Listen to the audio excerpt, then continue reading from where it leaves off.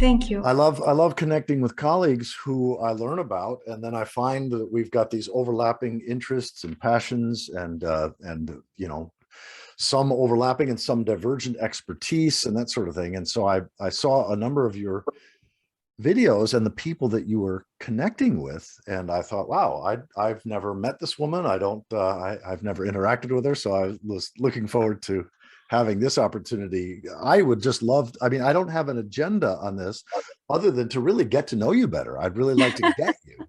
So Lovely. I'm so much pleased to hear this, dear Michael, because I've been following your channel for a very long time.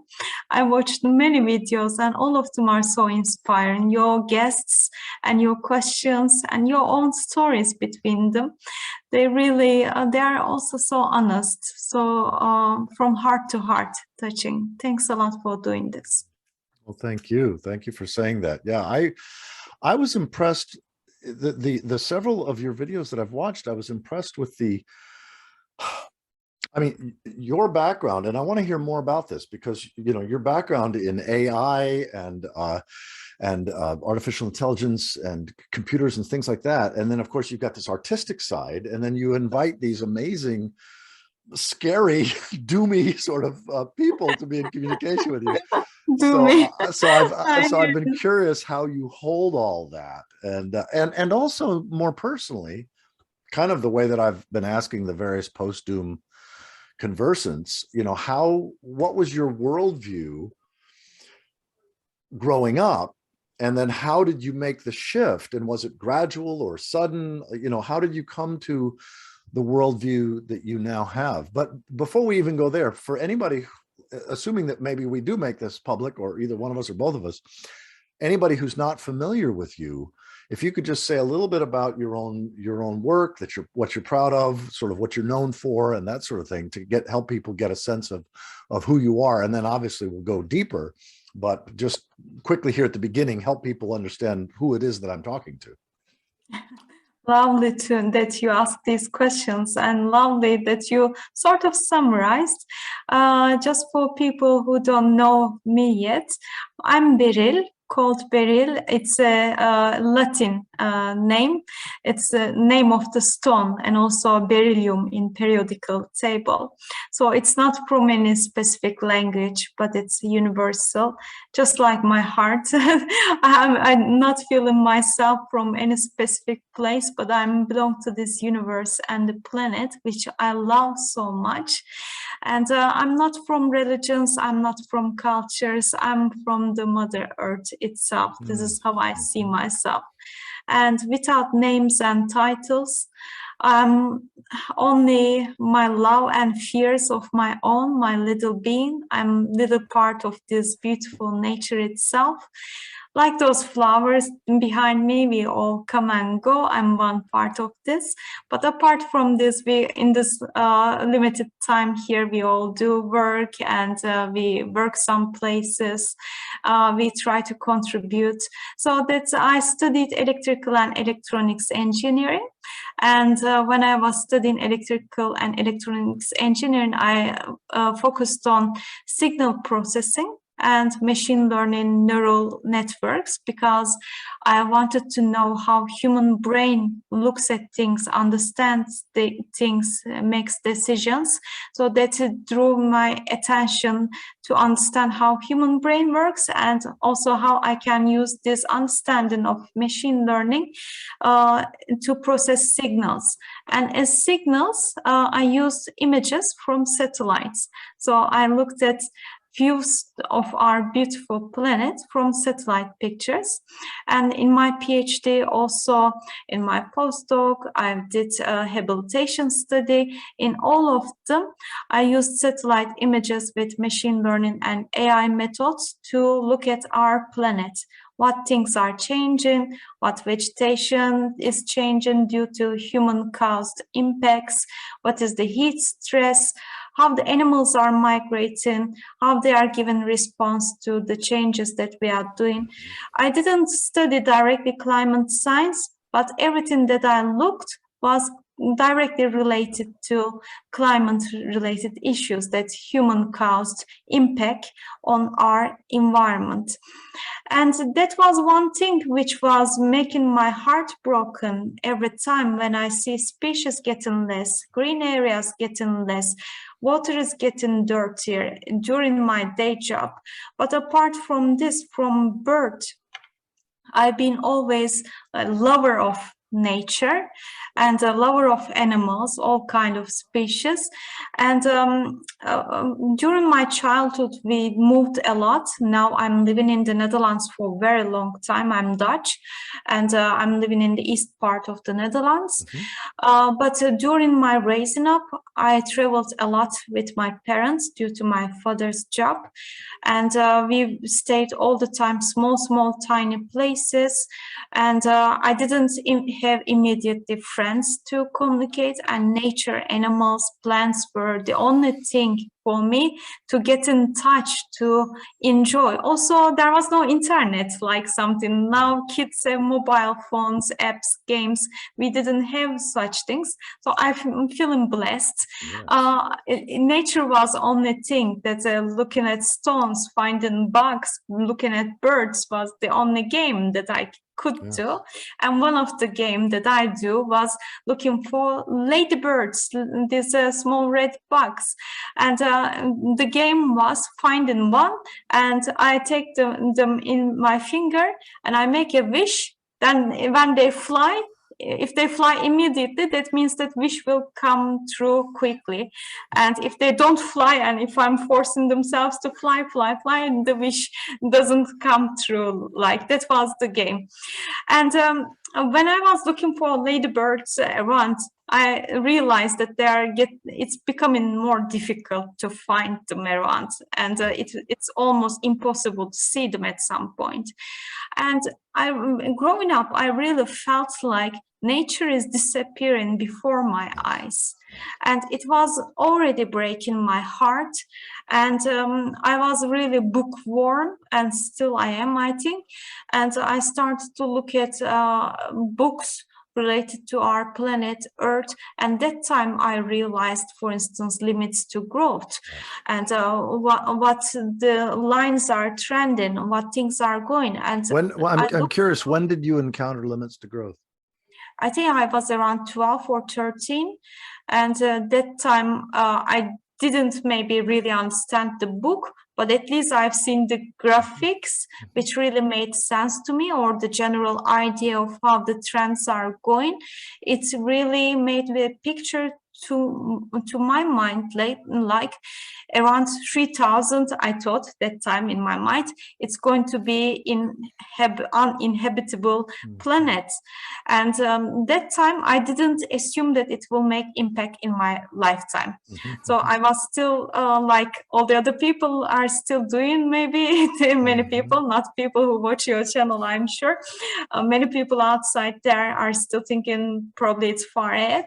So I was that time when I was young, I was thinking, okay, nature is disappearing before my eyes, things are getting worse, but probably people like my grandchildren time, probably they will see impacts of this. But still I felt responsibility that I should do something, and that's why I directed my PhD, for instance, looking at the environment and what things I can do. I've been always an activist for animal rights and for environment, for deforestation. I always put myself out there for non-violent protests, and try to speak for those who cannot speak for themselves, and try to do my best, and also in my personal life. But yeah, learning more, I realized that it's not 3000, it's not 2100, it's not second generation, it's not next generation, it's my own life. It's just happening right now, and it's going to be too challenging time ahead, I started to think like retiring times of people before me. I've seen that when they get retired, they were having world tours, they were going to hiking and doing all the gardening, lovely stuff. I felt like, imagine in my retiring time, if I arrived that time, I think I would be really in food scarcity. I would be really having trouble to maybe even to breathe with the atmosphere changes. Especially with all the wildfires happening all over the world now. Yeah. And probably I would be sitting in my home scared every day what will come up next. So that's things are and became more obvious. And I try to put people in my channel in besides my educational work, teaching AI and remote sensing, satellite processing, which I also find valuable still, because people can do, for instance, early fire detection applications to give alarm, or to find how the animals are doing, how the pollutions, maybe some illegal fishing, illegal hunting, deforestation, those can be detected from satellites. They can do AI applications.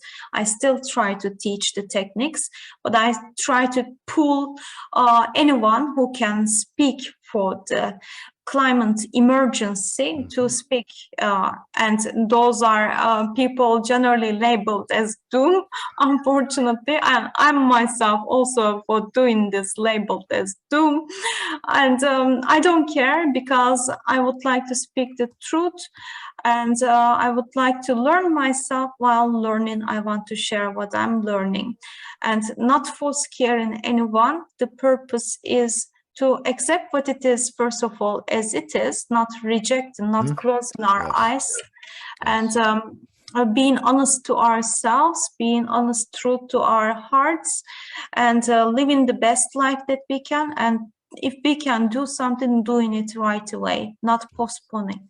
Yes. Wow. That's so great. I mean, I align with everything that you just shared, both your heart and your mind, because that's really one of the main reasons why I started this whole post-doom world in the first place, was both the conversations. I've now had 78 post-doom conversations with people just across all different kinds of people, who really get the big picture, including the scariest of the stuff, which is we could very well go extinct in the not too distant future. And whether that happens or not, we are looking at a collapse of civilization, a collapse of the American empire, a collapse of many of the things that those of us who have lived in industrial civilization during the 1960s, 70s, 80s, 90s, into the current decades have taken for granted. I mean, our secular religion was perpetual progress. Certainly for me, from 2000 to 2012 or so, as I thought that, from the caves to now to the stars, I had a Star Trek vision of the future. And now, of course, I believe that that's utterly diluted. And so how to help people to have a big heart, to have love in action. I prefer that to activism, love in action. Where does love motivate you to be in action?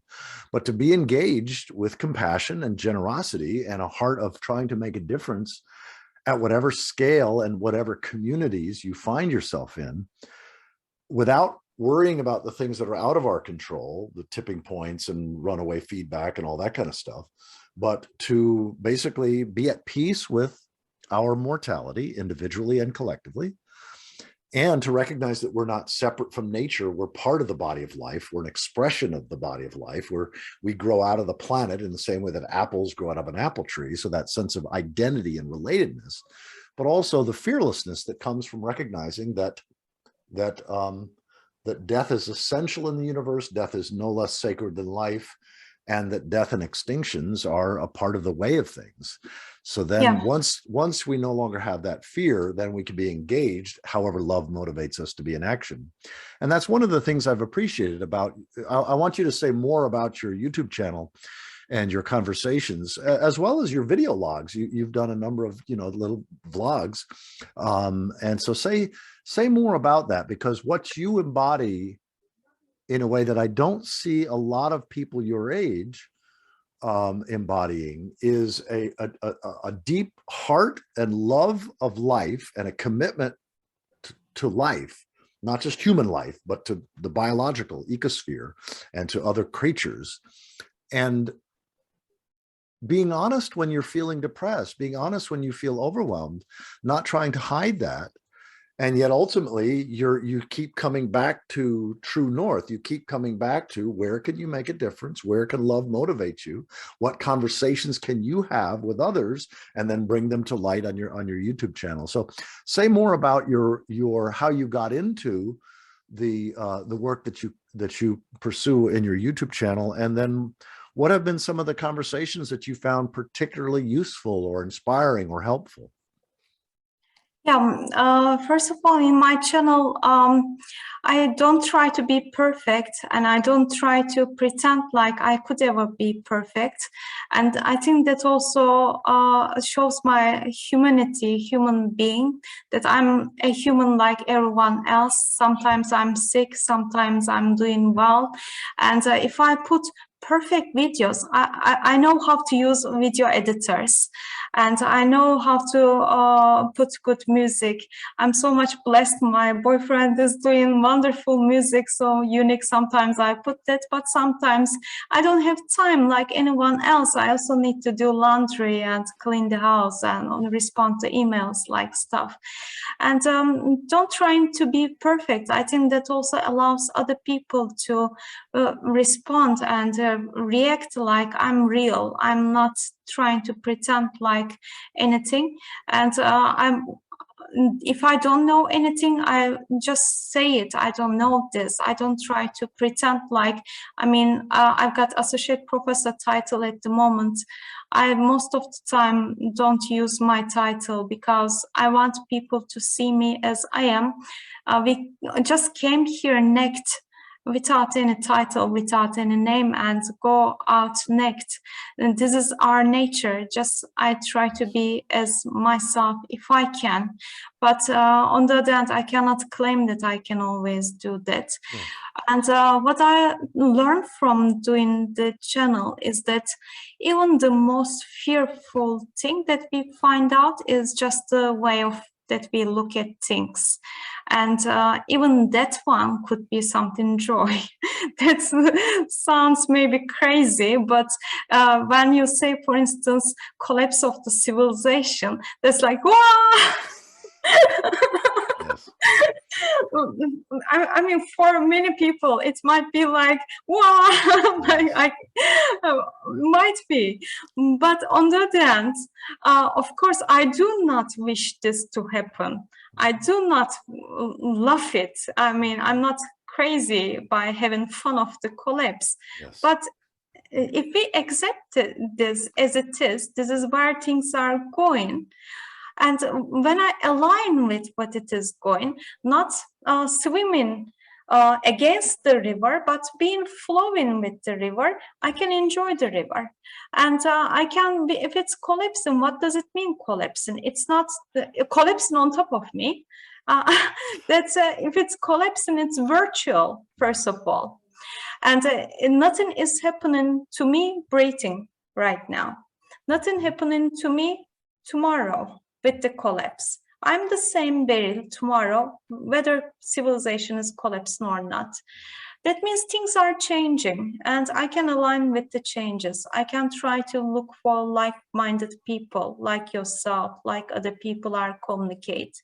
And I can try to grow food more if there's no supermarket. Yes. What does it mean civilization collapse? Maybe there will not be more services from governments, and there will not be maybe goods that we find normally.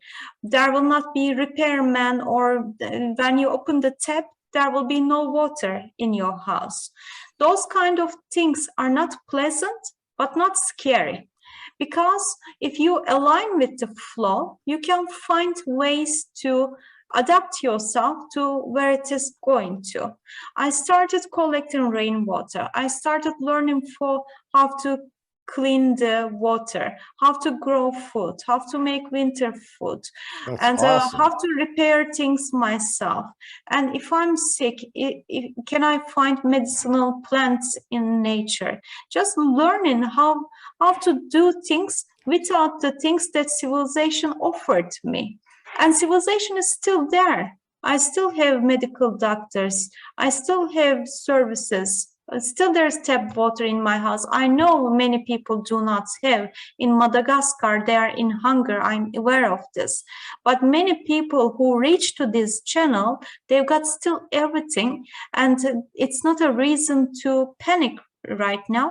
It's just a joyful experience to learn how to flow with the changes. And that could be a joyful journey to learn, to make new friends, to collaborate with you, and to recognize that we are part of this and there are things that we cannot do. And accepting this gives us a great relief. I mean, I Yes, cannot change exactly. this planet turning around the sun. What can I do? Just sit and go with it. That's the only thing I can do. Knowing this, accepting this, give me a relaxation and gives me courage to live today. Yes. Well, that's so great. I mean, what I love about the way you just articulated that, Beryl, is that so much of my work, I won't even say professionally, because I'm kind of retired in the sense that I don't have to make money doing things. And I do Zoom sermons and Zoom homilies and presentations, and I still occasionally have conversations and all. But most of my work nowadays is having twice a week, we have these, what I call post-doom, no gloom Zoom calls, and they're discussions with anywhere between 25 and 35 people on, Saturdays at 1 o'clock Eastern time here in the United States, and Wednesday nights, as I had last night, at 8:30 p.m. Eastern time. And it's really a place where people can be authentic about their vulnerability, about their fear, about their anger, about their depression, but really where we can share best practices.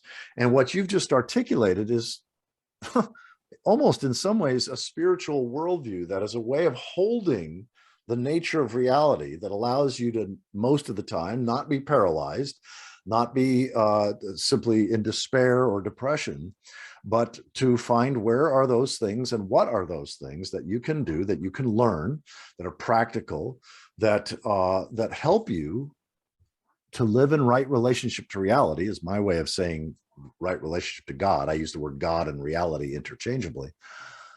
Given the fact that there is so much that is out of our control. And that's the piece, this piece that I've been focusing on lately that you just articulated your own response to, is I think one of the great insanities of our time is what I call the ecocidal hubris of the almighty we. If we just all do this, or if we just all do that, or if we all vote the right person in, or if we all become, vegan, if we all stop flying and driving, if we all, whatever it is, and those are really good things to do, no question. But this idea that if we, enough billions of us, do this or vote this way or do this, whatever, then it can transform things, rather than ask the questions, okay, if I'm in fact in a collapsing civilization, which we are, if I am in fact a part of a collapsing biosphere, which we are, then what are the skills, the talents, the tools, the relationships that I can nurture and develop such that I can be a contribution to others who are perhaps still in denial, or aren't willing or aren't able emotionally to look at some of this stuff. It's just too scary. I mean, I'm living 2 blocks from my daughter, who has a 1.5-year-old daughter herself. So I've got a granddaughter. Well, my daughter understands this, but she doesn't want to be reminded of this regularly because she wants to stay focused on being the best mom she can possibly be, which is understandable. So I'd love for you to say anything more that you'd like to about your own spiritual path, your own, like, how do you, what have you found, particularly you and your husband, your partner, what have you found helpful in coping and adapting to these crazy times that you found particularly useful, that you, I mean, you've already started sharing some of that, but that you would share with whoever would be watching this video or listening to this? I think honesty and listening to feelings, expressing feelings in the best way we can and listening to them and not trying to change them, just accepting them as they are. If I'm worried, I share my worries, and he asks what I'm worried about, why it impacts me. And when he's worried, panicked, I'm asking, why are you worried about that? And I listen to it, but not trying to change it. Trying to change it, I believe it's kind of violence. So if I believe that you are not feeling correct and I try to correct what you are feeling, I believe it's a kind of violence. That accepting the feelings as they are, allowing them, gives us a space that we share. And I do believe that time is relative. I mean, we might have 100 years of lifetime, and if we just spend it by arguing, fighting, saying bad words, and not being honest to ourselves even about what we love, what we want to do in our lives, what we want to say, what we feel. Sometimes we hide our feelings from even ourselves. If we spend 100 years of like that, we wouldn't like our lives.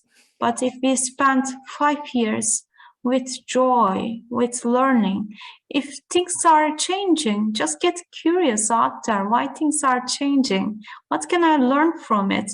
I tried and started to learn about the Arctic sea ice. That wasn't my topic. I started to learn about the glaciers. I started to learn about the energy in ocean, which are not my topic, but just got curious. And when I got curious, it also makes, wow, what a beautiful planet. Well, I mean, things are getting bad maybe for our species, but for planet, those are normal cycles. I mean, those things are, I mean, a planet will still exist even when species disappear, and humans disappear or not, planet will continue. Of course, a big damage is done, but I'm sure planet will recover, nature will recover, maybe in a million of years, but a million of years is too much for our small lifetime, but maybe according to universe time, it's relative, maybe it's a small time frame. Yes. Everything is relative. Use the relativity to extend your day. Just make your day the best day ever, best year ever. And get curious about things. And when you get curious, you will start discovering how beautiful things are. Maybe you will discover some artistic things that you can express, share this beauty, curiosity. We start to make on my YouTube channel music for climate. We find, for instance, old videos. We did it with Carl Sagan, for instance. We merged my voice together with Carl Sagan, and we made a music like I'm singing together with Carl Sagan for the planet. So that's, I mean, we share our passion, message, but we also enjoy doing things. So maybe people create other things in their own life with the things that they love. Yes, no, exactly. Yeah, I've found the tool that I use to have me have a more humble relationship and a more trusting relationship to time. I found that if I compress the entire history of the universe into 100 years, because, you know, we can, most of us, imagine 100 years. I mean, some of us even know somebody who's lived to close to 100 years old or sometimes older. But at that scale, if the whole universe is 100 years, then each decade, of course, you know, 13.8 billion, or let's round it off, 14 billion years is the history of the universe. So each decade is 1.4 billion years. Each year is 140 million years. Each week on the cosmic, if the whole universe is 100 years, each week is 2.8 million years. Each hour is 17,000 years. Each minute is 250 years. And each second on the cosmic century timeline is 4.5 years. And so, yes, whatever damage, I mean, Earth has survived multiple extinction events in the past. And yes, sometimes it does take 1 million to 10 or 20 million years to for life to fully rebound. But again, again, I use the word God and reality interchangeably. So on God's time, on the reality's time, on the universe's time scale, that's, we're talking about maybe a week. That's 2.5 million years, or maybe a month. And so and that complexity has risen, and then there's been a collapse of complexity, a more simplicity. So I used to think that it was always one way up, like an escalator of complexity, and that was a more human-centered understanding. And now I've completely let go of that.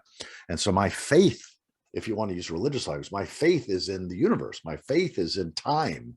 My faith is in evolution. My faith is in ecology. In fact, for me, ecology is my theology. And so the way that you articulated that was useful. Were you raised that way? I mean, what was your religious or philosophical worldview growing up?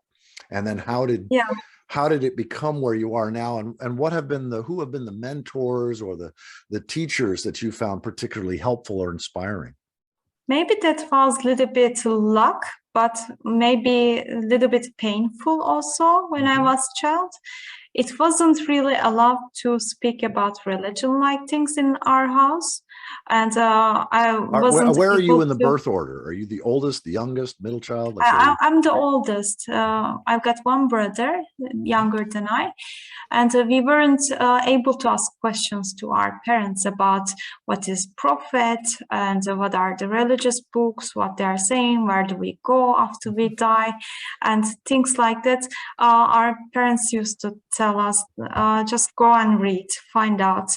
Actually, they didn't really want to manipulate us, like fooling our brains with what they know of. I really appreciate. But on the other hand, it was painful because you're a child, curious, and you want to get the answer, and you believe that your parent knows the best. And when you don't get the answer, and there's no Google search engine like something that time, you just become confused. What is it? What is done?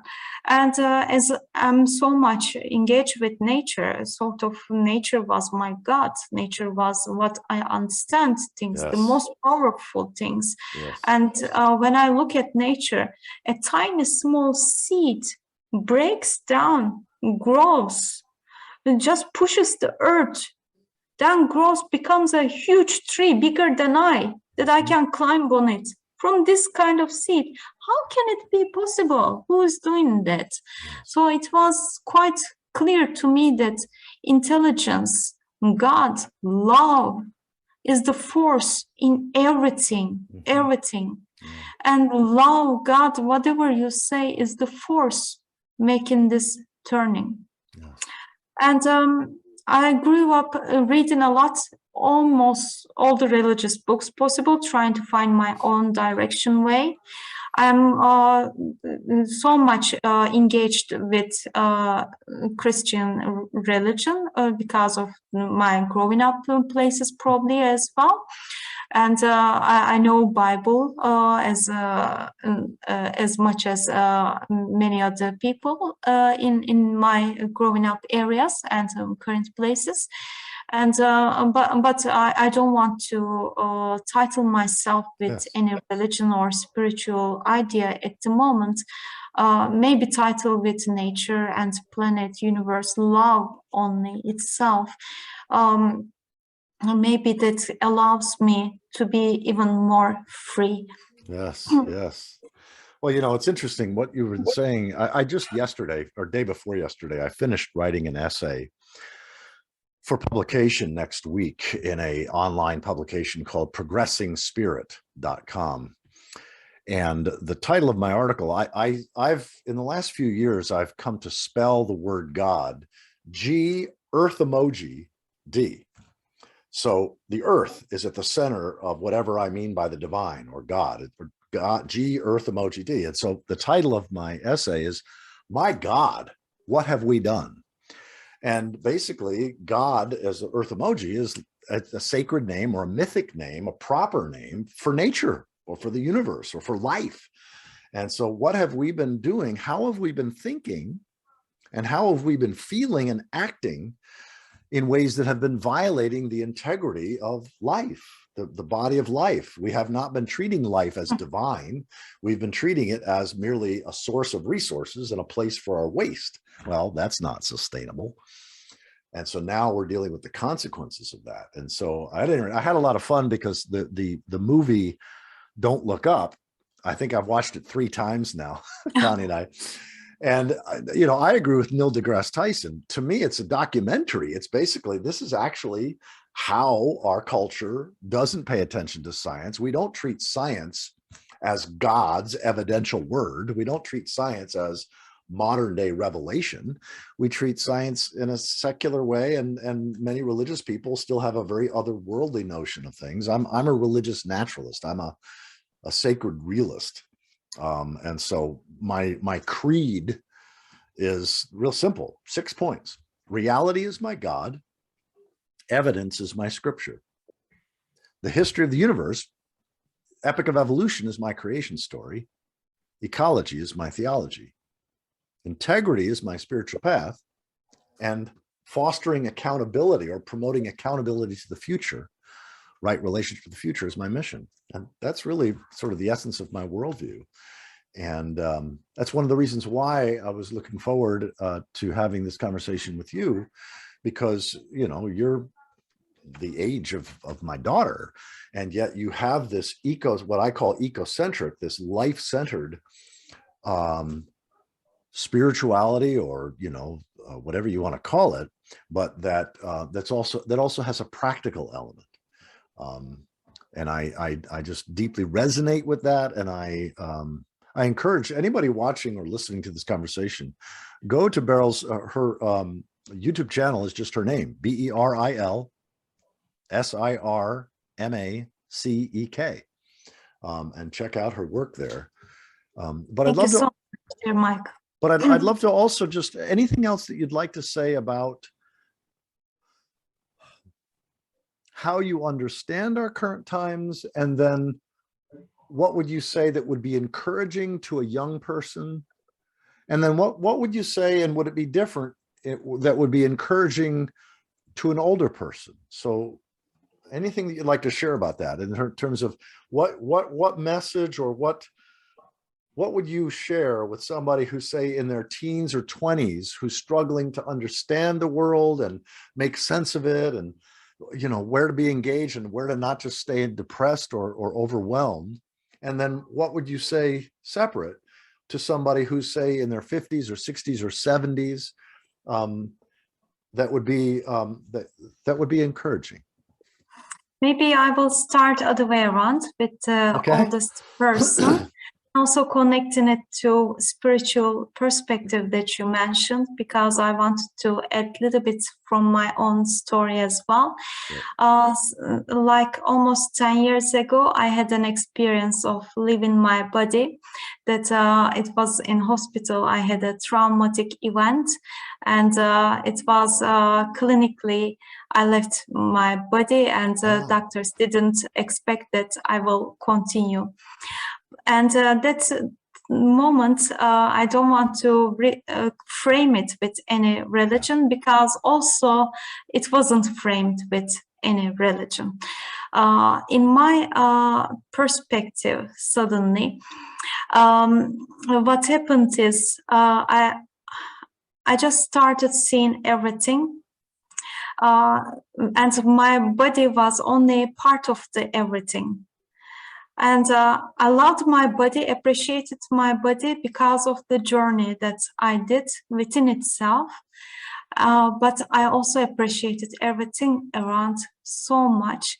And it was so peaceful, so loving to love everything, just to see everything, and to know that everything's okay, everything's fine. And to know that everything is only love is forcing this universe to turn and make things happen, make each other, for instance, you and I talking to each other because some loving conversation happened and pushed this like a magnet that happened. Such things are happening, like Earth is turning around the sun because of love. Love is pushing things. I realized that everything is love. Only love is real. And when I realized that it was so peaceful, and I really doubt whether I want to also continue with my physical body life or not. And I decided to continue. And that time I also felt like we've got power of making decisions. And I wanted to continue. And that time I couldn't feel my body back because I was feeling everything as a love. And in order to push myself feeling back the body feeling, I realized that I need to feel me feeling, like me, myself. We framed all the time, me, separate from everything else. So I need to put this separate boundary. And I realized that its separate boundary is ego. That if I realized that if I trigger the ego feelings, like this person did to me, this person did, I was unlucky, I was a victim for that. If I trigger those ego feelings, I realized that I can put myself back to my limits back. So I put myself back, I turned back, I would say, but what I learned from the experiences, ego is not a bad thing. Like spirituals, some spirituals say you have to get rid of your ego meditating every day. You shouldn't get rid of ego. You cannot, because it's our nature. And this is how we are. And it's also a useful thing because it allows us to frame ourselves with a me and experience something unique. I'm an artist, I'm an AI scientist, and you are doing your own. So it's good to have different interesting stuff each other, realizing God love itself at unique parts. So ego is good to have, but it's also good to know that it is there, just accepting that it is there. So it's not for getting rid of ego, but just knowing, realizing what it is, and learning that to how to live with our egos. So your question, what advice to? Well, actually, yeah, but hold off on that, because I want you to go a little more deeply into, you know, how old were you when you had this near-death experience, or this out-of-body experience that was related to that? How old were you, and then what precipitated around that? 26? Yeah, around 26. And if you feel comfortable sharing it, you know, what caused that? Like what was going on for you, health-wise or body-wise, that precipitated that? Yeah, I had an unfortunate event, a very traumatic event. I just collapsed, and I was hospitalized with it. It's details are, I think, quite personal. That's fine. That's fine. Yeah. But everything has both sad and good things together, blended. I mean, it's not one bad thing or good thing. One event has both sides together. So I've got very bad stories attached to it. Also very much learning that I can appreciate. Nothing is good, nothing is bad alone. Yeah, well, that's one of the things a lot of people don't understand, is that one of the things that we have power over, or at least can have power over, is our powers of interpretation. And so events occur to us, events happen to us, things happen to us, however they happen because of the universe. But then we have some agency, if we choose to interpret it in this way or this way or this way. And some interpretations are more helpful or inspiring. Other interpretations are more disempowering and that sort of thing. And yet that can make a huge difference in our lives and how we then can be engaged in other people's lives. I know physicist Brian Swim, who's been a real older brother on this path for me for many years. He worked very closely with Thomas Berry, who was one of my most significant mentors. The whole universe story, epic of evolution kind of thing. And he identified gravity and love as the same cosmic force of allurement, that in the human realm or in the mammalian realm, that force of allurement shows up as love, and at the cosmic scale with galaxies that shows up as gravity. But really they're both a different dimension of this fundamental force of the universe, which is allurement or love. So I like that. So yeah, so now feel free to return to the question in terms of how would you speak to someone older, and then how would you speak to someone younger that you feel would be likely to be particularly helpful? So older people might going through different maybe fears, and if they feel like they are leaving a bad planet behind for their next generation, or they are fearful about what they are going to go through, well, I just wish them to remember that all is love, and we are love on this all together, and we are all live our physical bodies at some point, and nobody is here to stay forever, no matter how much we put young making creams or get plastic surgery, whatever. We are here as animal species. We are all animal species, a limited time, and we all live our physical body. Our physical body is composed in nature, becomes new plants, and it's not our own body even. It's belong to planet Earth. It's not me even. That belongs to part of planet Earth, has to go back to soil. And but our bigger part turns back to love. Love is what it is, and it's a peaceful place. So I hope people do not have fear or anything.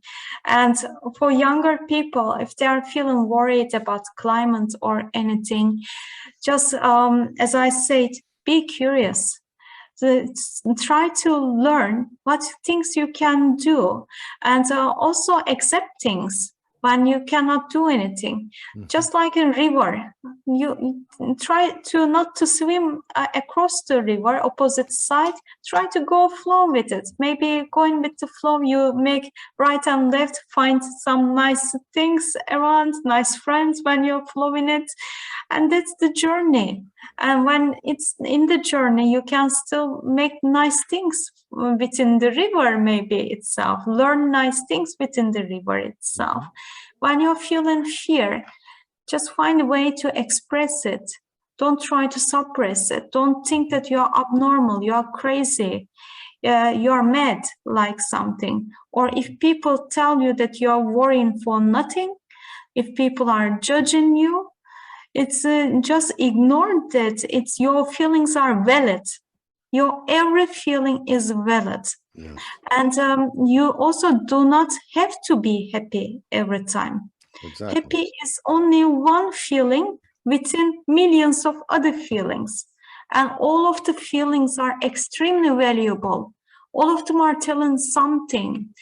Sometimes people tell, oh, you're very pessimistic, you're very sounding sad.